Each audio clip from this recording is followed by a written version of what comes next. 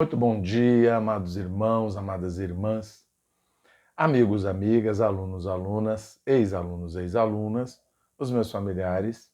Estamos nós aqui para a gente continuar a nossa leitura da Palavra de Deus, né? Não vou fazer muito discurso, mas só encorajar vocês, quem ainda não é inscrito, a se inscrever, e quem já é inscrito nos ajuda a divulgar. Isso eu vou sempre dizer aqui. O desejo de Deus é alcançar o máximo de corações possíveis. E para isso ele depende do homem, ele depende de nós. O desejo de Deus é chegar até nós, nos atravessar e chegar às outras pessoas. Deus é tão maravilhoso que ele não quer ficar só em mim. Ele quer ganhar mais pessoas por meio de mim, através de mim. Uma outra coisa que eu quero encorajá-los, né? Quem aqui nesse canal já ouviu falar de Deus, Deus é real. Deus é a verdade, né? Jesus, quando veio à Terra, se manifestou. Ele é a encarnação do que Deus é. E ele disse que ele era o caminho, ele é, né? Ele é o caminho, a verdade e a vida. E isso é muito real. Experimentem na vida de vocês, assim.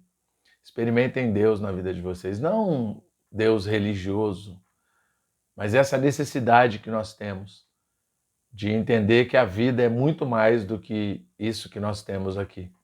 A nossa vida é muito mais do que isso. O desejo e o objetivo de Deus é transformar a nossa vida para que as pessoas, vendo a transformação que Ele operou em nós, sejam ganhas e alcançadas por Ele. E para isso nós precisamos da palavra de Deus. A voz de Deus está na palavra. Então por isso que eu estou lendo a palavra para vocês. E não estou fazendo comentário, porque eu acho que a gente comenta muito e lê pouco, tá certo? Então vamos ler a própria palavra, tá certo? Então agora Levítico 14, 15... E depois, nos outros vídeos, a gente está lendo o Novo Testamento. Agora, só Levítico 14, 15 nesse vídeo, tá bom? Disse o Senhor a Moisés: esta será a lei do leproso no dia da sua purificação. Será levado ao sacerdote, este sairá fora do arraial e o examinará. Se a praga do leproso... Aliás, eu estou lendo o 13 e 14, mas o 14 eu já li. É o 15 e o 16. Já li sobre o 14, sim. Mas não tem problema, né? Lemos um pouquinho do 14 de novo, tá certo. Disse mais o Senhor a Moisés e Arão: falai aos filhos de Israel e dizei-lhes: qualquer homem que tiver fluxo seminal do seu corpo será imundo por causa do fluxo. Esta, pois, será a sua imundícia por causa do seu fluxo. E o seu corpo vaza o fluxo, ou se o seu corpo o estanca, esta é a sua imundícia. Toda cama em que se deitar o que tiver fluxo será imunda, e tudo sobre o que se assentar será imundo. Qualquer que lhe tocar a cama lavará suas vestes, banhar-se-á em água e será imundo até a tarde. Aquele que se assentar sobre aquilo em que se assentara o que tem o fluxo lavará suas vestes, banhar-se-á em água e será imundo até a tarde. Quem tocar o corpo do que tem o fluxo lavará suas vestes, banhar-se-á em água e será imundo até a tarde. Se o homem que tem o fluxo cuspir sobre uma pessoa limpa, então esta lavará suas vestes, banhar-se-á em água e será imunda até a tarde. Também toda cela em que cavalgar o que tem o fluxo será imunda. Qualquer que tocar alguma coisa que esteve debaixo dele será imundo até a tarde. E aquele que a levar lavará suas vestes, banhar-se-á em água e será imundo até a tarde. Também todo aquele em quem tocar o que tiver o fluxo, sem haver lavado as suas mãos com água, lavará suas vestes, banhar-se-á em água e será imundo até a tarde. O vaso de barro em que tocar o que tem o fluxo será quebrado, porém todo vaso de madeira será lavado em água. Quando, pois, o que tem o fluxo dele estiver limpo, contar-se-ão 7 dias para a sua purificação, lavará suas vestes, banhará o corpo em águas correntes e será limpo. Ao 8º dia tomará 2 rolas ou 2 pombinhos e virá perante o Senhor à porta da tenda da congregação e os dará ao sacerdote. Este os oferecerá um para oferta pelo pecado e o outro para o holocausto. E assim o sacerdote fará por ele expiação do seu fluxo perante o Senhor. Também o homem, quando se der com ele emissão do sêmen, banhará todo o seu corpo em água e será imundo até a tarde. toda veste, toda pele em que houver sêmen se lavarão em água, e serão imundas até a tarde. Se um homem coabitar com mulher e tiver emissão do sêmen, ambos se banharão em água e serão imundos até a tarde. A mulher, quando tiver o fluxo de sangue, se este for costumado do seu corpo, estará 7 dias na sua menstruação. E qualquer que tocar será imundo até a tarde. Que a tocar será imundo até a tarde. Tudo sobre o que ela se deitar durante a menstruação será imundo, e tudo sobre o que se assentar será imundo. Quem tocar no leito dela lavará suas vestes, banhar-se-á em água e será imundo até a tarde. Quem tocar alguma coisa sobre o que ela se estiver assentado, lavará suas vestes, banhar-se-á em água e será imundo até a tarde. Quem tocar alguma coisa sobre o que ela estiver assentado, também estará imundo. Também quem tocar alguma coisa que estiver sobre a cama, ou sobre aquilo em que ela se assentou, esse será imundo até a tarde. Se um homem coabitar com ela e a sua menstruação estiver sobre ele, será imundo por 7 dias, e toda cama sobre que ele se deitar será imunda. Também a mulher, quando manar fluxo do seu sangue por muitos dias, fora do tempo da sua menstruação, ou quando tiver fluxo do sangue, por mais tempo do que o consumado, todos os dias do fluxo, será imunda, como nos dias da sua menstruação. Toda cama sobre que ela se deitar durante os dias do seu fluxo ser-lhe-á como a cama da sua menstruação, e toda coisa sobre que se assentar será imunda, conforme a impureza da sua menstruação. Quem tocar esta será imundo, portanto lavará suas vestes, banhar-se-á em água e será imundo até a tarde. Porém, quando lhe cessar o fluxo, então se contarão 7 dias e depois será limpa. Ao 8º dia tomará 2 rolas ou 2 pombinhos e os trará o sacerdote à porta da tenda da congregação.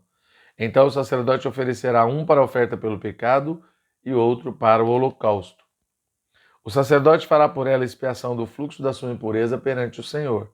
Assim, separarás os filhos de Israel das suas impurezas, para que não morram nelas, ao contaminarem o seu tabernáculo que está no meio deles.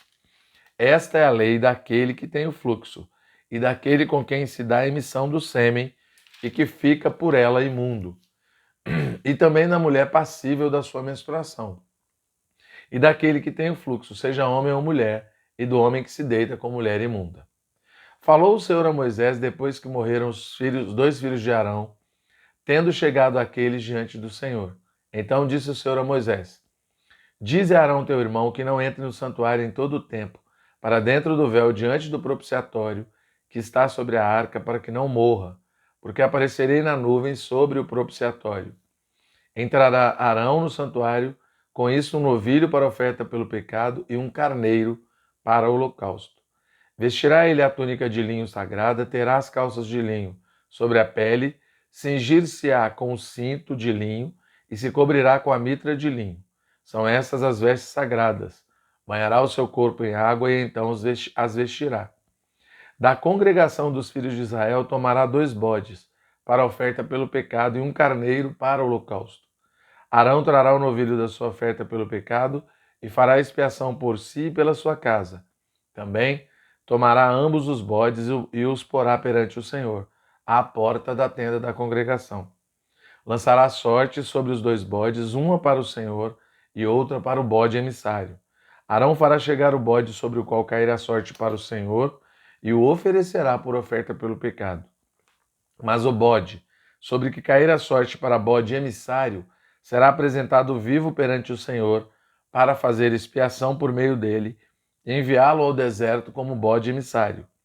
Arão fará chegar o novilho da sua oferta pelo pecado e fará a expiação por si e pela sua casa. Imolará o novilho da sua oferta pelo pecado, tomará também de sobre o altar o incensário cheio de brasas de fogo diante do Senhor e os 2 punhados de incenso aromático bem moído e o trará para dentro do véu. Porá o incenso sobre o fogo perante o Senhor para que a nuvem do incenso cubra o propiciatório, que está sobre o testemunho para que não morra. Tomará do sangue do novilho e com o dedo o aspergirá sobre a frente do propiciatório. E diante do propiciatório aspergirá 7 vezes do sangue com o dedo.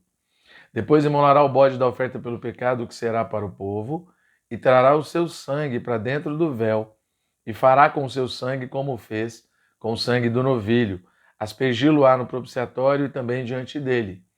Assim fará expiação pelo santuário por causa das impurezas dos filhos de Israel e das suas transgressões e de todos os seus pecados. Da mesma sorte, fará pela tenda da congregação que está com eles no meio das suas impurezas. Nenhum homem estará na tenda da congregação quando ele entrar para fazer propiciação no santuário, até que ele saia depois de feita a expiação por si mesmo e pela sua casa e por toda a congregação de Israel. Então sairá do altar que está perante o Senhor e fará expiação por ele, tomará do sangue do novilho e do sangue do bode e o porá sobre os chifres do altar ao redor. Do sangue aspergirá com o dedo 7 vezes sobre o altar e o purificará e o santificará das impurezas dos filhos de Israel. Havendo, pois, acabado de fazer expiação pelo santuário, pela tenda da congregação e pelo altar, então fará chegar o bode vivo. Arão porá ambas as mãos sobre a cabeça do bode vivo, e sobre ele confessará todas as iniquidades dos filhos de Israel, todas as suas transgressões e todos os seus pecados, e os porá sobre a cabeça do bode, enviá-lo ao deserto pela mão de um homem à disposição para isso. Assim aquele bode levará sobre si todas as iniquidades deles para a terra solitária, e o homem soltará o bode no deserto. Depois, Arão virá à tenda da congregação e despirá as vestes de linho que havia usado quando entrara no santuário, e ali as deixará. Banhará o seu corpo em água no lugar santo e porá suas vestes, então sairá e oferecerá o seu holocausto e o holocausto do povo, e fará expiação por si e pelo povo. Também queimará a gordura da oferta pelo pecado sobre o altar. E aquele que tiver levado o bode emissário, lavará suas vestes, banhará o seu corpo em água e depois entrará no arraial. Mas o novilho e o bode da oferta pelo pecado, cujo sangue foi trazido para fazer expiação no santuário, serão levados para fora do arraial. Porém as suas peles, a sua carne, seu excremento se queimarão. Aquele que o queimar lavará suas vestes, banhará o seu corpo em água e depois entrará no arraial. Isto vos será por estatuto perpétuo no 7º mês. Aos 10 dias do mês afligireis a vossa alma, e nenhuma obra fareis, nem o natural, nem o estrangeiro, que peregrina entre vós.